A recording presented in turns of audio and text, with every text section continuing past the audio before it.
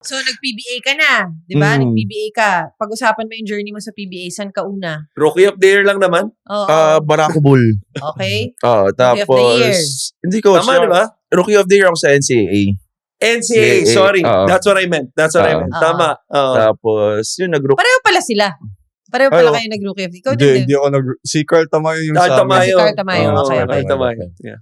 Yun, Pero tapos Mythical Barako 5 yan. Bull, gano'n. Last season, Mythical 5 si Nick. Okay. Twice. Tama. Okay. The last 2 years. Thank you. Yeah. Okay, so Okay. Barako Bull. Yun, nagtuloy-tuloy naman. Barako Bull, tapos nag-Blackwater, tapos nag-NLEX. Tapos napunta ka ng MPBL. Yun na yun. If you will remember, I wasn't there yet, but I knew of it. Mm. The glory years of Manila. Carlo Lastimoso was Yes. there with Mm. Chris Bitoon. That was Aris. and Aris. Junicio. Junicio. Yeah. Junicio. So kumbaga, pag-usapan mo what yun. Manila are we talking about? Not your Manila. Manila yung sa inyo. Not your Manila. Kumbaga sa chapter ng libro, mga chapter 32 na yun. That's why Sila chapter 1 sila. That's why I had to mention the glory years. Because ngayon, years na na. Joke lang. But, okay, Carlo, talk Sa about akin hindi joke. Okay, go. talk about, you know, your experience in the MPBL during your Manila years. I mean, people were really watching the Carlo Lastimosa during that time. Siguro kasi nung pumasok ako ng MPBL, like, fresh pa ako sa PBA nun eh. So, may mga there's teams pa naman na gustong kunin ako nun. But, nag-decide ako na I really wanna play muna kasi parang 30 lang ata ako, 29, parang good. Ponytail pa yun. Carlo, ponytail pa ba yun? Mahaba pa yung buhok. So, yun. And, yung owner ng Manila is my friend also. Kilala niyo si Boss Raymond. Yeah. Yes, oo. Raymond Ang. Yeah. Yes. Until now, Yeah. siya pa rin pala. Yes. Yeah. So, yun. So, yun, I decided to play. Dapat nga 1 year lang. So, gusto ko rin paling bumalik ng PBA. Sino coach niyo pala nung... Ariel. Yeah, coach siya. Si Coach Ariel. Yeah. Okay. So, Yun. hindi lahat alam mo. Okay, go. Okay. Yeah, there. So, I played for a year there. Tapos, nag-pandemic eh. Yun na yun eh. Tama. Yeah, so, syempre na-stop. And then, wala na. After nun, yung Manila, si Boss Raymond medyo nag-lay low na sa support, yeah. di ba? Oo. So, iba na yung management ata. Parang Naalala ko to eh. Pagbalik ng 2022 ng season, nandun na ako. Carlo was one of the star players of Pasig then. No? Oh, yun. That was with Kenny Rocacurva. Tama? Jeric And- Teng? Tama? Wala. Wala na si Jeric na? No, Kenny. Di ba? Kasama mo? Wala Wala pa. na si Kenny noon. Wala pa. Wala Yeah. pa. Kasi si Wala pa. Kenny, inabot niya si Jeric kung hindi ako nagkakamali. Yeah. Di ba? Yung unang Robbie Pasig. Manalang. Oh, yeah. Yun. That- Tama. Robbie, yeah. Ryan Costello also. Ryan Costello. Yeah. Oo, okay. Yeah. Talking about the teams you've played for, so they want to know, you've played under elite minds like Coach Boyet Fernandez, Coach Yeng Yao, and Coach Leo. How is it playing under these coaches? Like, Leo sino Isaac. ba yung pinakamahirap, or let me know. For me, pinakagusto ko, siguro yung nasa, Blackwater ako, si Coach Leo.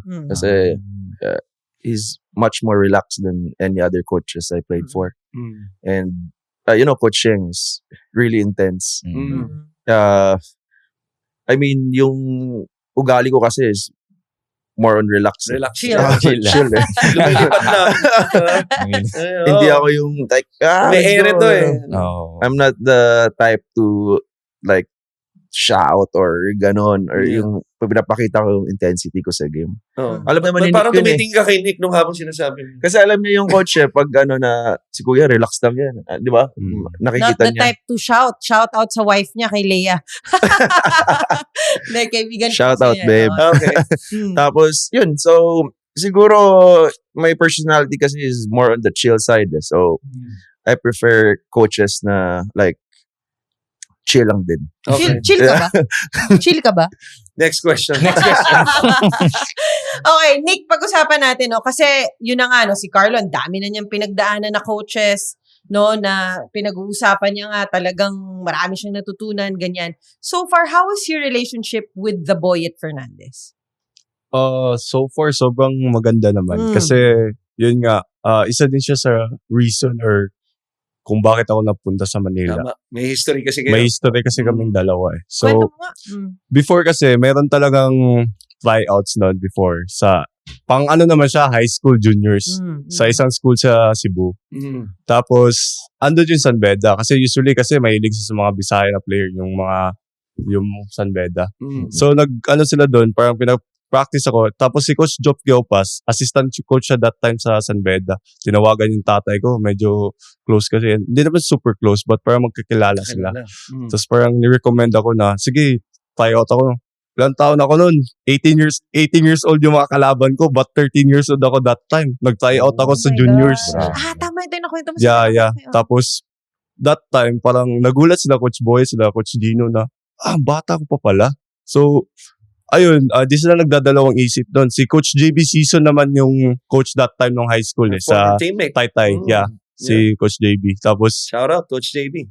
Tapos that time, kinuha niya na ako. And makapag-aral ka sa Manila, nakakaiba eh. So, at early age sa 14 years old, napunta ako na Manila. Parang sabi ko, walang hirap-hirap to, walang homesick to. Kasi ginusto ko to eh. Ginusto ko talaga mapunta sa Manila eh. Ganda. Parang, siguro yung ibang players gusto umuwi kasi na-homesick. Ako, baliktad ako.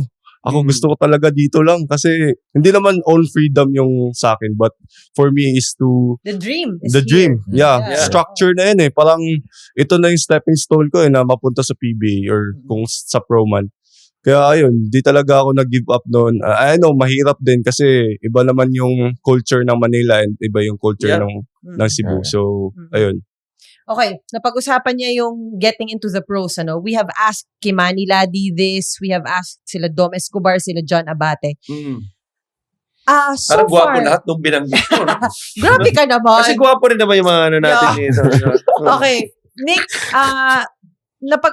tinanong kasi namin sila, no? Kasi syempre sa UAAP, iba eh. 'Di ba? Kumbaga parang, I don't know if it's more lenient but obviously in the MPBL, it's really physical. 'Di ba? Yeah. Kanino ka unang parang na-intimidate na maging kabantayan or parang nagulat ka? Kasi for example, si Ladi, nagulat daw siya kay Mark Yee, no? Kasi parang naririnig lang daw niya na you have to watch out for that guy. Hinanda siya, you have to watch out for Mark Yee. Yeah. Nagulat daw siya sa game mismo. Wow, this Ganun guy yung is nangyari.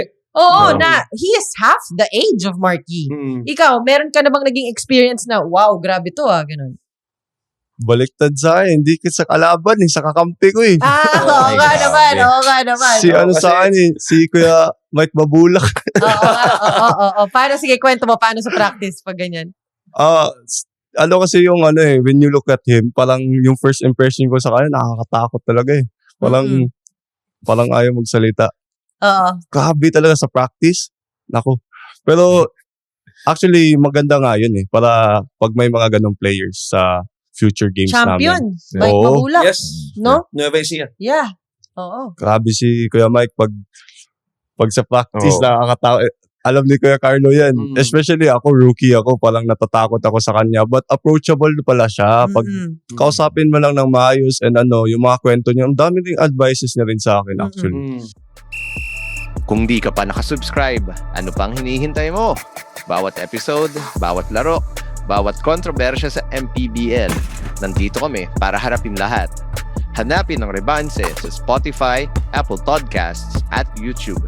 Kung may gusto kang sabihin, may issue kang gustong harapin, o may Rebanse ka sa sinasabi namin ngayon, mag-subscribe, i-share, makiisa sa usapan.